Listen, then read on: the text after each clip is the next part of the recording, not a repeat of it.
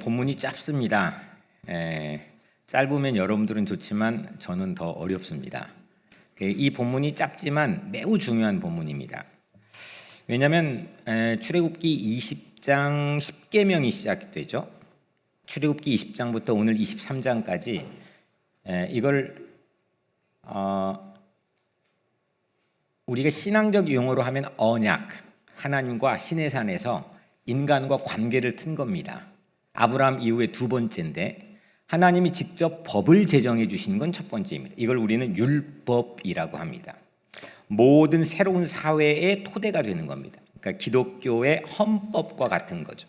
10계명부터 출애굽기 23장, 오늘 읽은 10절 더 뒤로 가면 19절까지 총 세어보니까 111절인데 그 중에 101번째 법입니다. 그러니까 그 안에 속해 있는 법이기 때문에 상당히 중요합니다. 우리가 아는 것처럼 10계명은 하나님 사랑은 1계명부터 4계명, 그리고 5계명부터 10계명까지 이웃사랑이죠. 이웃을 내 몸처럼 사랑하라. 그 정신이 담겨 있습니다.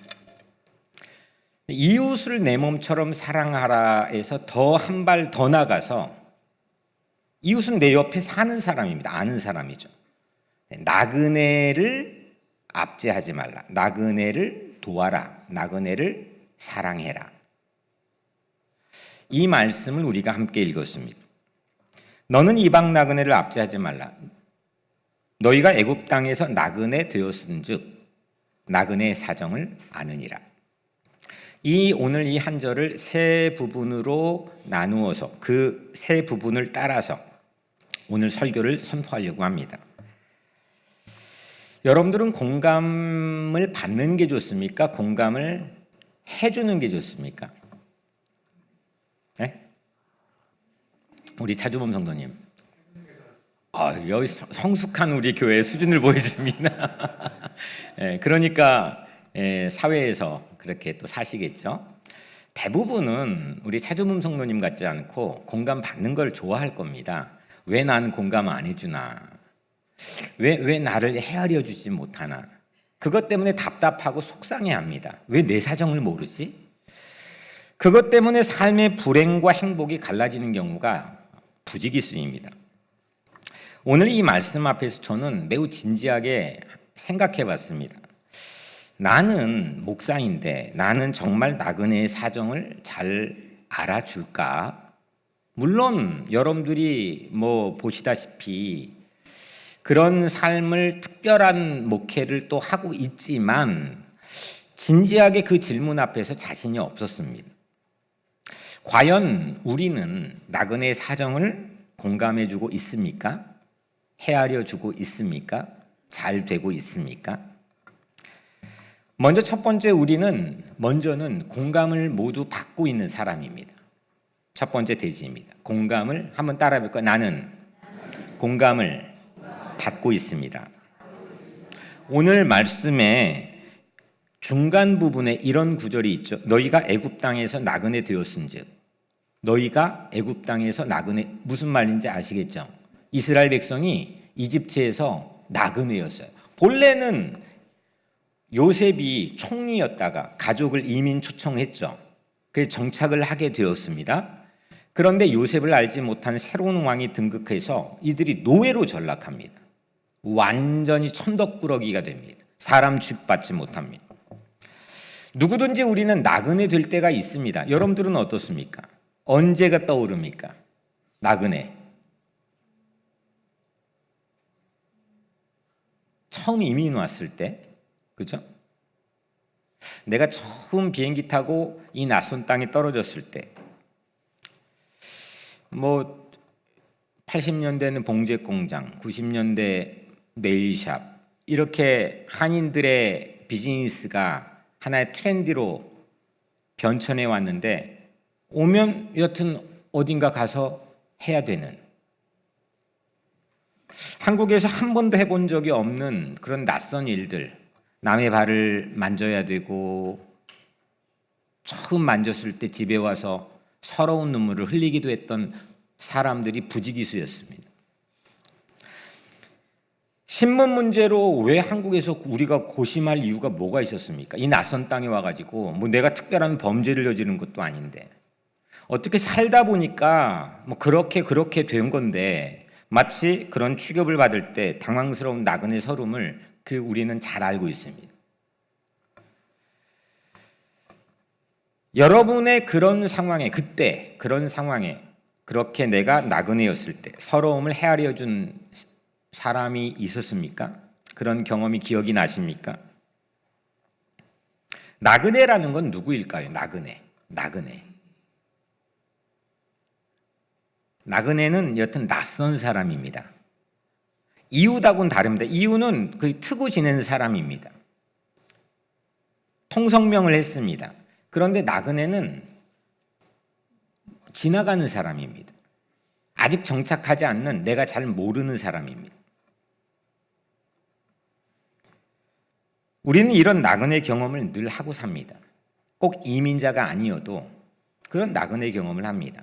자녀들도 엄밀히 나에게는 한 20년 내가 품 안에 있는 거지 지나가면 나에겐 낯선 사람처럼 느껴질 때가 얼마나 많이 있습니까?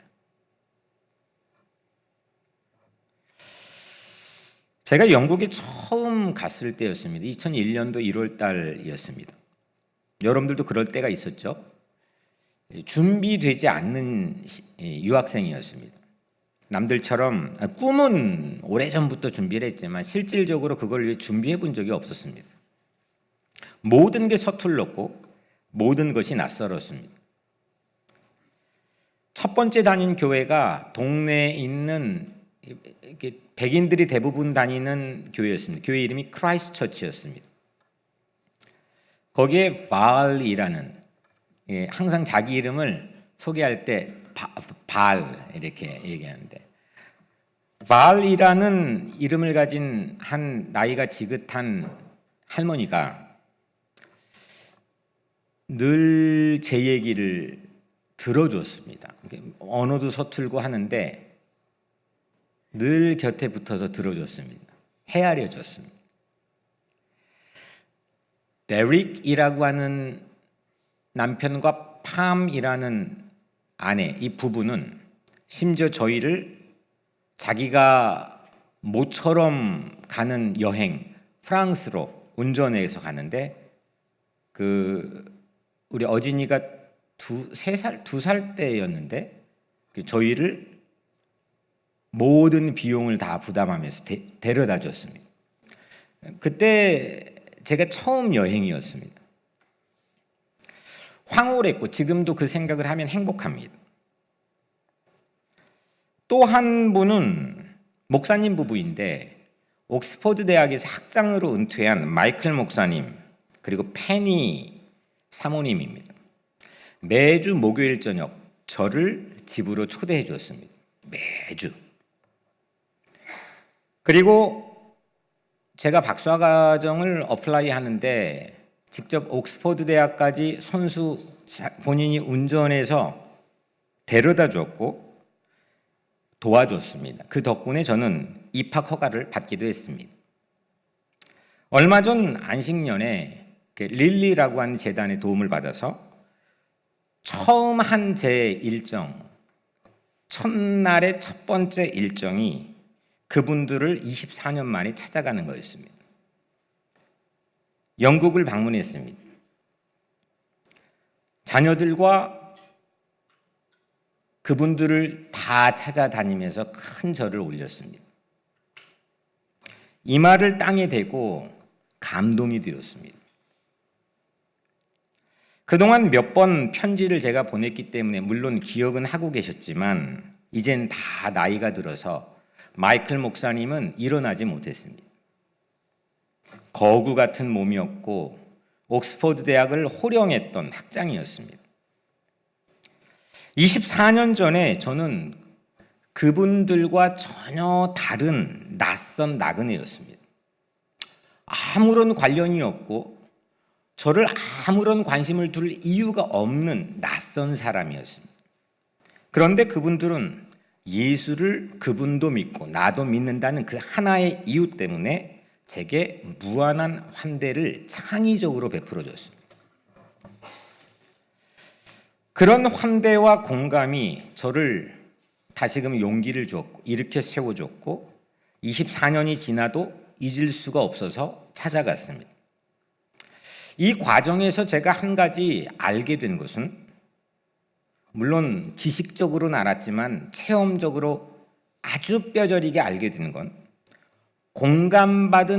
내가 공감을 받았다는 기억을 더듬어 찾아가는 것만으로 제가 행복해졌습니다.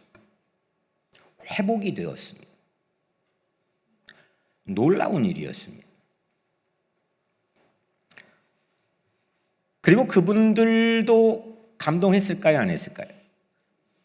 그분들도 감동의 눈물을 흘렸습니다. 누구도 자신들을 찾아오지 않는데 자기가 은퇴한 교회도 또 자기의 주변도 찾아오지 않는데 24년 전 고작 1년이 좀 안 되게 베풀어줬던 친절을 기억해서 동양인이 대서양을 건너서 찾아와 자녀들과 큰절을 해준 것에 그분들은 감동했습니다. 공감이라는 건 공감을 받은 저도 공감을 해줬던 분들도 행복하게 해줬습니다. 삶을 변화시켜줬습니다. 우리에게 필요한 것은 어떤 정책이나 특별한 게 아닙니다. 열린 마음입니다. 삶을 행복하게 하는 건 그 열린 마음의 만남입니다. 이 은총에 닿을 수 있다면, 내가 닿을 수 있다면 우린 변화될 수 있습니다. 놀라운 은총입니다. Amazing grace. 우리 모두는 누군가의 공감 덕분에 오늘 여기 이 자리에 있지 않을까요? 내가 받은 공감을 기억하는 것, 그 공감을 감사해 하는 것, 그것이 삶을 변화시키는 아이디어입니다. 이건 내가 알고 들어서 이해되는 것은 나의 알미, 나의 지식이 아닙니다. 그건 이해가 되는 겁니다. 듣지 않아도 튀쳐나오는 게 나의 지식입니다. 아이디어라는 것, 아이디어가 현장에 팔로업 되게 하는 건 그건 또 다른 문제입니다. 이 아이디어가 오늘 여러분들 각자의 삶에서 팔로업이 되고 열매를 맺게 되기를 주의 이름으로 축복합니다. 받은 공감, 내가 받은 공감, 받았던 공감을 당연하게 생각하지 마십시오. 기억하십시오. 더듬어 보십시오. 찾아보십시오. 때론 기회가 되면 표현도 해보십시오. 여러분들을 바꾸어 주실 거고 여러분들로 인해서 그 누군가가 행복해질 겁니다. 두 번째로 우리는 공감해 줘야 합니다. 첫 번째는 내가 공감을 받은 사람이라는 거고 두 번째는 공감을 해줘야 됩니다. 우리는 누군가에겐 낯선 사람이 되기도 하지만 때론 우리는 낯선 사람을 만나기도 합니다. 이건 피할 수가 없습니다. 누구나가 낯선 사람을 만납니다. 오늘 말씀의 맨 첫 서두에 이렇게 나옵니다. 너는 이방 나그네를 압제하지 말라. 나그네인데 어떤 나그네요? 이방 나그네, 이방, 포리너입니다. 외국 나그네입니다. 이건 이방이라는 건 나와 다르다는 겁니다. 나그네는 낯선 사람이, 모르는 사람입니다. 아는데도 다를 수가 있습니다.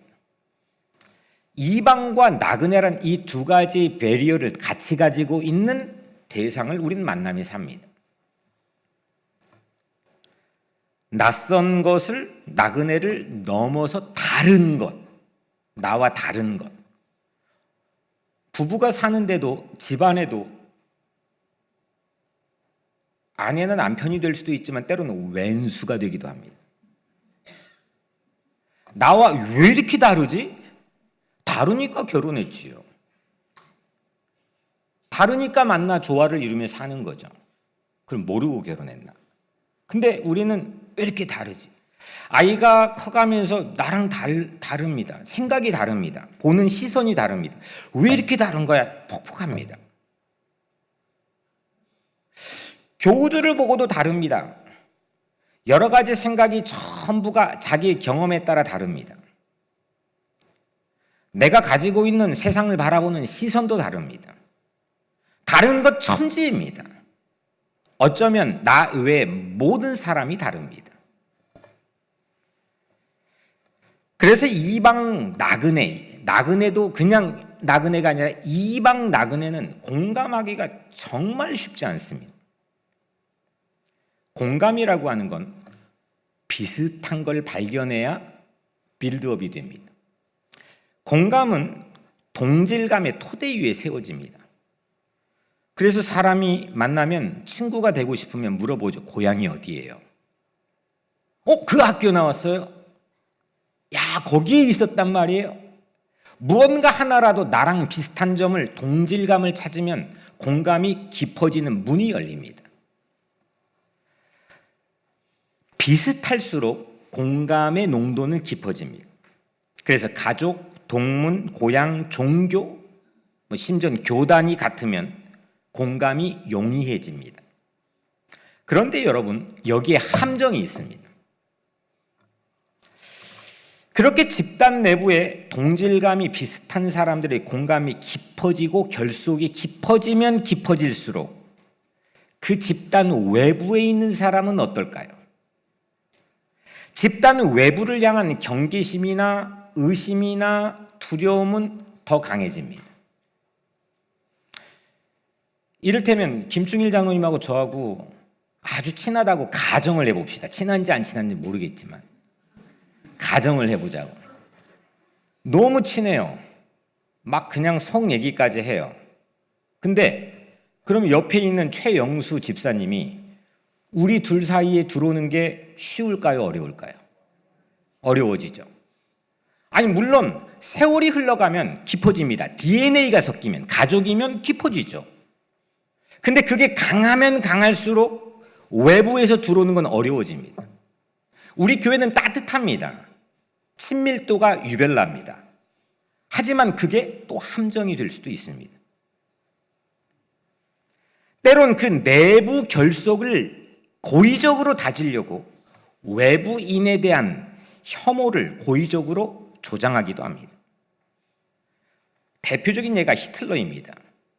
히틀러는 제1차 세계대전 이후에 자국의 청년 고용 실업이 20%를 넘어서 국가가 망하게 생겼습니다. 그래서 게르만족의 우월성을 주장하기 위해 유대인을 짐승 취급하면서 그들을 학살했습니다. 지금 유대인은 팔레스타인을 그런 방식으로 대합니다. 미국도 마찬가지입니다. 외부인에 대한, 이민자에 대한, 특별한 다른 인종에 대한 그런 방책을 한다는 건 자기가 위험하다고 하는 반증입니다. 위기라고 하는 반증입니다. 결속이 필요하다는 반증입니다.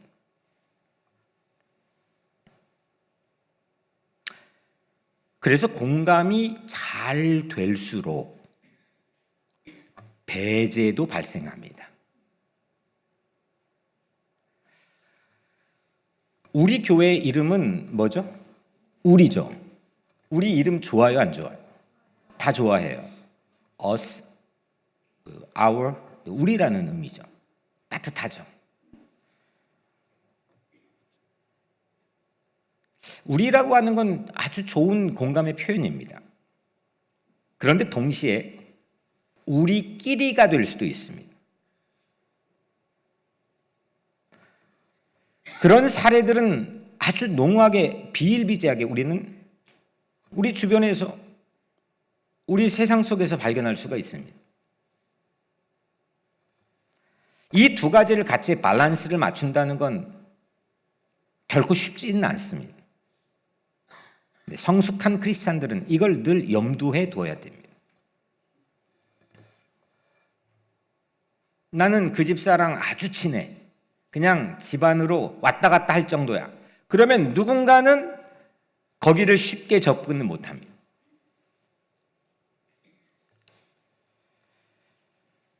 영장류 학자인, 아주 유명한 영장류 학자인데 프란스 드바리라고 하는 사람이 이렇게 말했습니다. 정말 아주 딱 맞는 말을 했습니다. 우리는 적을 미워하고, 우리는 거의 알지 못하는 사람을 무시하고, 우리는 우리와 닮지 않는 사람을 불신하도록 진화해 왔다. 그렇게 발전해 왔다. 그런 모습으로 변형해 왔다는 거죠. 생존하기 위해서. 적은 미워하고, 알지 못하는 사람은 무시하고, 나와 다른 닮지 않는 사람은 불신하는 거예요. 이건 누구도 예외가 아닙니다. 저라고 예외가 아닙니다. 알지 못하고 닮지 않는 이방 나그네를 무시하거나 우리는 불신할 수가 있습니다. 나와 다르고 낯선 사람에 대한 경계, 그 경계는 공감의 능력을 현격하게 떨어뜨립니다. 그러면 나도 불행, 너도 불행, 우리도 불행해집니다. 나와 다르고 낯선 사람은 먼데 있지만은 않습니다. 아까 말씀드린 것처럼 우리 집안에도 분명히 익숙했는데 갑자기 어느 순간 크더니 낯선 사람이 될 수 있습니다. 분명히 나랑 비슷하다 했는데 어느 순간은 왜 이렇게 생각이 다르지 하고 될 수가 있습니다. 우리 주변에 이런 이방 나그네는 가까이 멀리 지천에 널려 있습니다. 하버드 협상 프로그램의 아주 유명한 니고시에이션 프로그램인데, 하버드 협상 프로그램의 창시자인 윌리엄 유리라고 하는 사람이 있는데 그 사람이 아주 유명한 책입니다. 그 사람의 책 안에 있는 이야기를 잠깐 들려드리겠습니다. 합기도 아세요? 합기도. 합기도를 배우려고 미국에서 일본에 가서 잠깐 정착한 한 젊은 미국인 청년이 있었습니다. 도쿄에 살았습니다. 어느 날 오후였습니다. 기차를 탔습니다. 자기가 탄 객차는 반쯤 비어 있었습니다. 그런데 갑자기 술에 취한 남성이 비틀거리면서 괴성을 지르며 뛰어들어오기 시작했어요. 그리고 사람들을 지목하면서 저주하기 시작했습니다. 급기야는 아이를 안고 있는 아기 엄마를 가격했습니다. 죽기에. 그 아이 엄마는 옆에 있는 노 부부의 무릎에 쓰러졌습니다. 당황스러운 놀란 아이 엄마는 벌떡 일어나 객차의 끝으로 도망했습니다. 더 화가 난 추객은 그녀를 따라갔고 거기에 있는 금속 기둥을 뽑으려고 했습니다. 위험한 상황이었습니다. 이때 합기도를 배웠던 젊은 미국 청년이 추객과 싸울 준비를 했습니다. 그런데 그때 그 합기도를 배웠던 청년이 움직이기 전에 기모노를 입은 70대 아주 키가 작은 한 노인이 추객을 향해서 다정한 투로 이봐요 불렀습니다. 이리 와 앉아서 나랑 얘기 좀 해요. 추객이 더 화가 나서 말합니다. 왜 내가 당신과 얘기해야 됩니까? 노인이 물었습니다. 뭐 마셨어요? 술이요. 이게 당신과 무슨 상관이에요? 노인이 말을 이었습니다. 오, 그랬군요. 좋아요. 나도 사케를 좋아해요. 사케가 뭔지 알아요? 예, 모르는 척 하시는데. 난 매일 밤 아내와 작은 사케를 데워서 한 병을 뜨겁게 데워서 정원으로 나가서 오래된 정원의 나무 벤치에 앉지요. 그리고 해가 지는 것을 둘이 바라보죠. 그리고 감나무가 잘 자라고 있는지 살펴본답니다. 취객이 갑자기 얼굴이 점차 부드러워졌어요. 그리고 주먹도 풀리는 거예요. 그리고 한 말이, 네, 저도 감 좋아해요. 노인이 미소를 지으면서 말했습니다. 나는 당신에게도 훌륭한 아내가 있다고 확신합니다. 근데 앞불사 할아버지의 예측은 빗나갔습니다. 그는 이렇게 답합니다. 아니요, 아내는 죽었어요. 얼마 전에. 취객은 그 말을 하며 흐느끼기 시작합니다. 나는 아내도 없고 집도 없고 직업도 없고 나 자신이 너무 부끄러워요. 눈물이 그 취객의 뺨을 타고 흘렀습니다. 이런 딱한 처지에 놓였군요. 참으로 공경한 처지에 놓였군요. 여기 이리 와, 내 옆에 앉아봐요. 그 합기도를 배웠던 젊은 미국 청년이 기차에서 내릴 때 마지막으로 봤던 그 두 사람의 모습은 이랬답니다. 취객이 노인 무릎 사이에 머리를 파묻고 있었고 노인은 부드럽게 그의 머리를 쓰다듬고 있었다. 공감의 힘입니다. 물론 모두가 이 노인처럼 할 수는 없습니다. 그리고 함부로 위험한 사람을 이렇게 이 노인처럼 무장해제하려고 시도해서도 안 될 겁니다. 하지만 이 이야기는 공감의 힘을 보여줍니다. 다른 사람의 눈으로 바라보며 나는 그 확신을 갖고 있다 이거예요. 나는 뭐 경험해봤다 이거예요. 그럴수록 사실은 하나만 아는 거지 열은 모를 수 있는 가능성이 많거든요. 다른 사람의 무수한 다양한 사람의 입장에 서보며 그 감정에 뚫고 그 감정의 대기권에 진입하려고 하는 힘, 그 공감의 힘. 그 공감의 힘은 합기도보다 강했습니다. 그 공감은 이방 나그네를 변화시킬 수 있는 아이디어였습니다. 우리는 아이디어가 가진 만큼 살 수 있습니다. 내가 받아들여지고 내가 수용되어지고 내 말이 들려지고 내 자신이 중요하다고 느껴지게 만드는 공감의 힘. 그것이 공감입니다. 우리가 신앙을 사실 가지고 있는 것은 모두 다 이 공감 덕분입니다.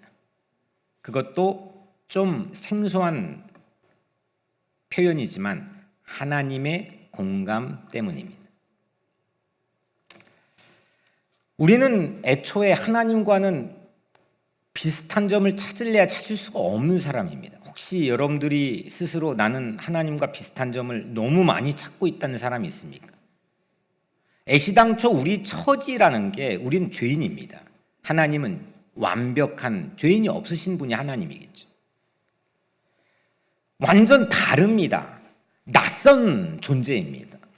그런데 하나님 입장에서는 이렇게 낯설고 다른 죄인을 하나님은 우리가 받아들여질 수 있는 존재로 문을 열어주었습니다. 우리가 말하면 들려지는 존재로 우리를 기도자로 승격시켜 주셨습니다. 그걸 약속해 주셨습니다. 공감의 아이디어의 출처는 하나님이십니다. 그래서 그 하나님이 우리에게 명령합니다. 법으로 제정했습니다. 이방 나그네를 환대하고 사랑해야 합니다. 세 번째는 이 공감은 삶의 목적이기도 합니다. 그러면 이렇게 질문할 수 있죠. 아니 우리는 그러면 어떻게 공감 좋은데 어떻게 공감할 수 있습니까? 여러분들 아십니까? 어떻게 하면 공감을 잘할 수 있습니까? 나도 공감 잘하고 싶은데요, 목사님. 어떻게 하는 겁니까? 오늘 말씀의 마지막엔 이렇게 나와 있습니다. 너희가 나그네 사정을 아느니라. 너희가 애굽 땅에서 나그네 되었은즉 나그네 사정을 아느니라. 사정을 알아주는 게 공감이잖아요. 그죠? 사정을 모르는 거는 공감할 수가 없는 전제 조건입니다. 사정을 아는 게 공감입니다. 그런데 사정을 알게 된 연유는 너희가 먼저 나그네가 되어 봤지 않느냐 이겁니다. 오랫동안 이집트에서는 나그네 신세를 서러움을 다 경험해 봤는데 그 사정을 알지 않느냐. 이방 나그네에게 함부로 하지 마 이겁니다. 올챙이적 개구리 올챙이적 시절을 왜 까먹어? 너 알지 않아? 사실 이거는 매우 중요한 공감으로 가는 지름길입니다. 내가 경험해 봤다는 것, 내가 배고파 봤다는 것, 내가 목말라 봤다는 것, 내가 외로워 봤다는 것, 내가 서류 미비로 불안해 봤다는 것. 이렇게 표현할 수 있죠. 내가 당해봐서 아는데 이 문구를 내가 해봐서 아는데, 이 말은 매우 중요한 공감으로 가는 지름길입니다. 그런데 이 말이 사실 공감의 장애물이 될 우려가 매우 많습니다. 내가 해봤는데, 내가 거기 있어 봤는데, 내가 그거 해봤다니까, 내가 당해봤는데.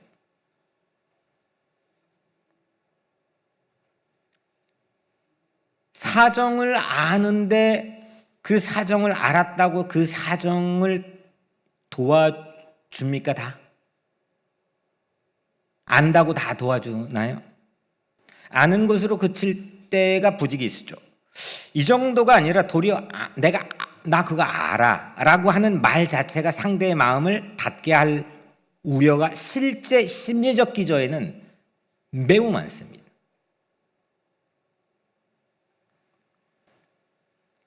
부부가 싸움을 하는데 남편이 아내가 뭔가 막 컴플레인 하는데 안다는 거예요. 근데 그 안다는 말이 더 짜증나. 뭘 안다는 거야? 뭐 하면서 싸움이 삼천포로 가죠. 이게 커뮤니케이션이 안 되는 건데, 이건 내가 안다는 말 자체가, 그 생각 자체가 나 해봤는데, 나 그 상당히 이건 배리어입니다, 사실.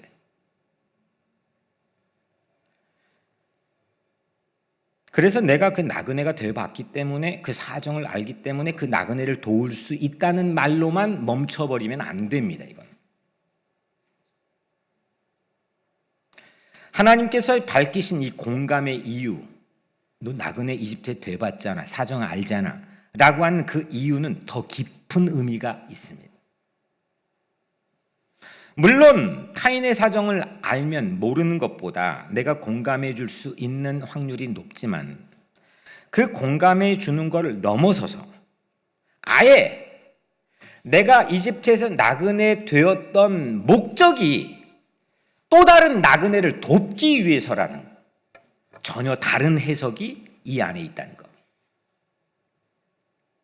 이집트에서 나그네 되었던 목적이 나그네의 서름을 알고 또 다른 나그네 고난받는 현장으로 달려가기 위한 목적이었다는 것. 이건 비슷해 보이지만 완전 다른 겁니다. 내가 그걸 알기 때문에, 내가 경험해봤기 때문에 도와주는 것과, 아예 그 경험 시작, 그 경험 한복판에 경험 자체가 그거 하기 위해 내가 경험하고 있다는 것과, 이건 완전히 다른 거죠. 나그네였는데 그 경험 덕분에 나그네 신세를 아는 것 정도가 아니라, 나그네였다는 이유가 나그네 서름을 헤아리고 그 나그네들을 돕기 위해서라고 하는 것, 이게 삶의 목적을 새롭게 바꾸는 성서의 일관된 메시지입니다. 현재 고난당한 이유가, 내가 지금 질병 때문에 너무 아파요, 고난당해요. 그 이유가 이후에 회복이 되어서 고난당하는 자가 누구이든지 흑인이든지 백인이든지 누구이든지 달려가서 돕기 위해서라고 하는 자세는 이건 완전히 다른 차원입니다. 고난을 당해봐서 고난당한 자를 돕는다는 것, 내가 그거 해봐서 어린 시절에 내가 참 어려워서 내가 나중에 커서 어려운 사람을 도울 수 있다는 것, 이거는 꼭 우리 교회 아니어도 다 해요. 그리고 그게 이루어질지 안 이루어질지 몰라요.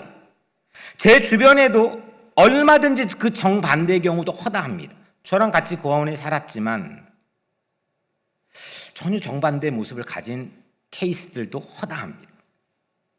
고난당한 사람이 종종 다른 사람에게 더 고통을 주기도 합니다. 나 어릴 때 아빠한테 막 두드러 맞으며 자라는데 커서는 그러면 난 안 해야지 하는데 똑같이 내 자식을 또 두드러 패는 경우들도 허다합니다.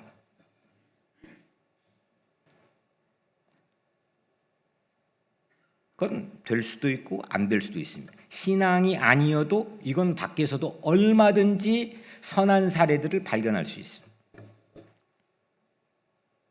그런데 고난당하고 있는 이유가, 고난당하고 있는 목적이, 고난당하고 있는 의미가 아예 고난당하는 또 다른 이들을 돕는 거라는 건 우리 세계 안에 있는 겁니다. 왜냐하면 하나님이 예수를 통해 우리에게 그렇게 하셨기 때문입니다. 내 고난을 향한 자세와 태도를 완전 다른 차원에서 바꾸어 버립니다. 우리가 고난을 당하든 아니면 형통, 만사 형통이든 아니면 내가 여전히 나그네든 아니면 내가 정착민이든 하나님이 우리에게 주신 미션은 누군가의 고통 속으로 들어가는 겁니다. 이게 하나님을 믿는 사람 모두에게 주신 미션입니다.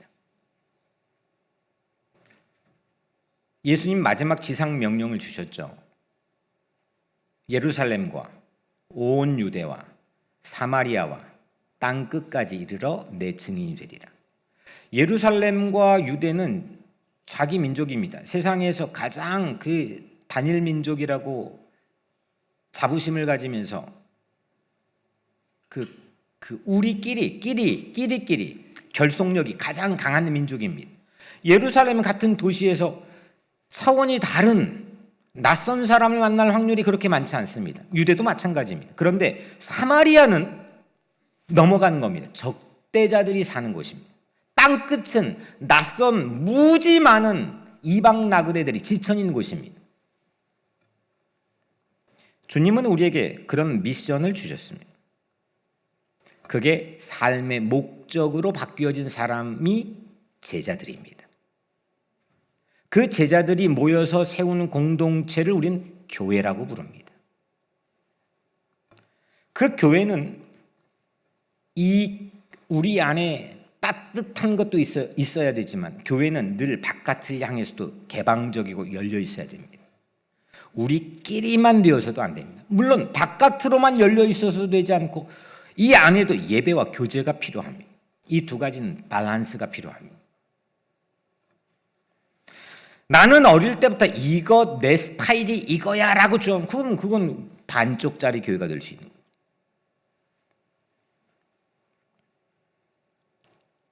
우리 청년들이 좀 전에 단기 선교 보고를 여러분들 앞에 했지만 인도네시아에 다녀왔습니다. 인도네시아는 인도, 중국, 미국 다음으로 세계 4번째 인구 대국입니다. 우리가 생각하는 것처럼 자카르타는 아주 현대화된 발전된 도시입니다. 그런데 들리지 않았던 소식 갑자기 정치적으로 모두가 뉴스를 전 세계적으로 봐서 알지만 혼란해졌습니다.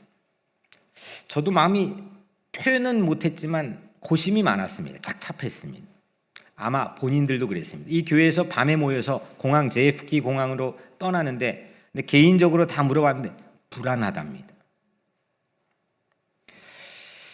그런데도 불구하고 그런데 그들은 집에서 부모가 시켜도 잘 안 하는 애들인데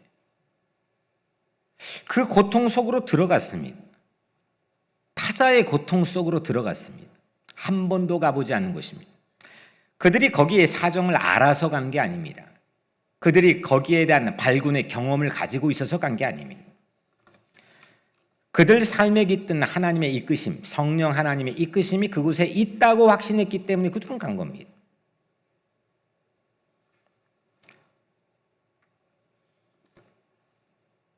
예수 잘 믿고 사는 것은 공감의 영역을 넓혀가는 겁니다. 성숙한 어른이 되시길 바랍니다. 나이가 들어가는데 존경받는 어른들이 우리 교회에 좀 많았으면 좋겠습니다. 난 저 어른처럼 그렇게 나이 들고 싶어. 그 딱 한 가지의 비결을 예수님으로부터 알려드리자면 공감의 영역을 넓히는 겁니다. 헤아려 주는 겁니다.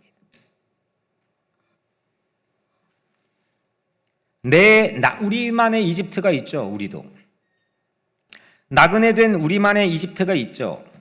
그 내 이집트에서 나그네 된 경험의 목적은 다른 나그네의 사정을 아는 것이며 그걸 넘어서 다른 나그네를 공감해 주기 위해서입니다. 이게 미션입니다. 제 인생에서 최고의 공감을 받아본 하나의 경험을 꼽아보란다면 바로 이 이야기입니다. 제가 살았던 고아원에는 원생들마다 후원자가 있습니다. 1대1로. 그러니까 아마도 그냥 물어보진 않았지만 그래야 아마 이렇게 그 공적 돈을 받을 수가 있었을 겁니다. 후원자가 한 명씩 붙어 있습니다. 근데 우리끼리 공공연한 비밀인데 우리끼리 이제 원생들끼리 하는 얘기들이 다들 이런 마음속의 이야기를 합니다. 언젠간 좋은 차 타는 부자가 와서 나를 픽해가지고 입양해 가는 것, 그게 로망입니다. 어느 날 처음으로 저에게도 후원자가 찾아왔습니다. 그런데 낡은 허름한 옷차림의 아저씨였습니다. 저는 실망했습니다. 저는 그렇다고 저는 이제 나를 부모가 데리러 오겠지라는 게 이제 내 기도의 줄기찬 소망이었기 때문에. 그래서 저의 18번은 어서 돌아오였습니다. 그걸 아마 수백 번, 수천 번 불렀을 겁니다.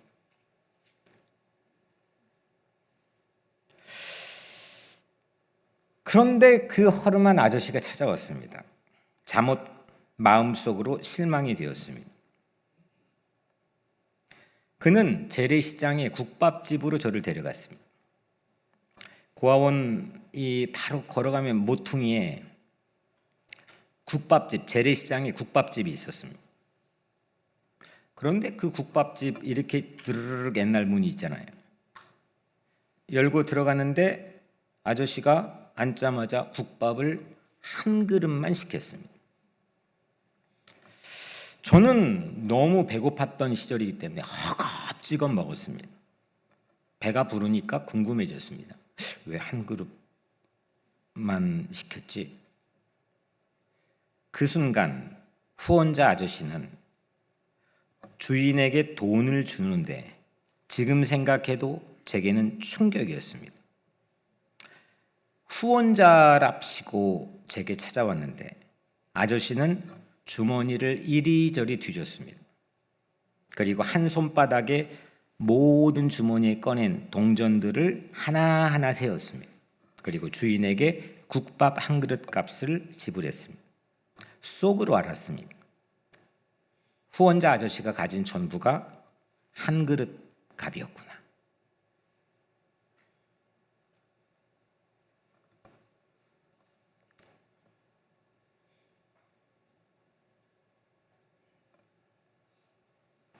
전부를 털어서 제게 그날 그 후원자 아저씨는 국밥 한 그릇 사준 겁니다.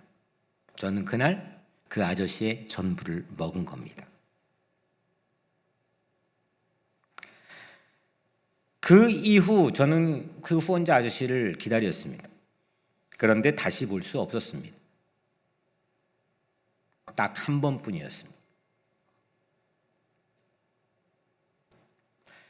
그런데 지금 생각해도 꼭 제게 예수님이 왔다 가신 것 같았습니다. 그래서 기다릴 힘이 생겼습니다. 고아원에 살고 있는 낯선 전혀 다른 환경에 처한 제 사정을 헤아려 준 그 국밥 아저씨는 제게는 작은 예수였습니다.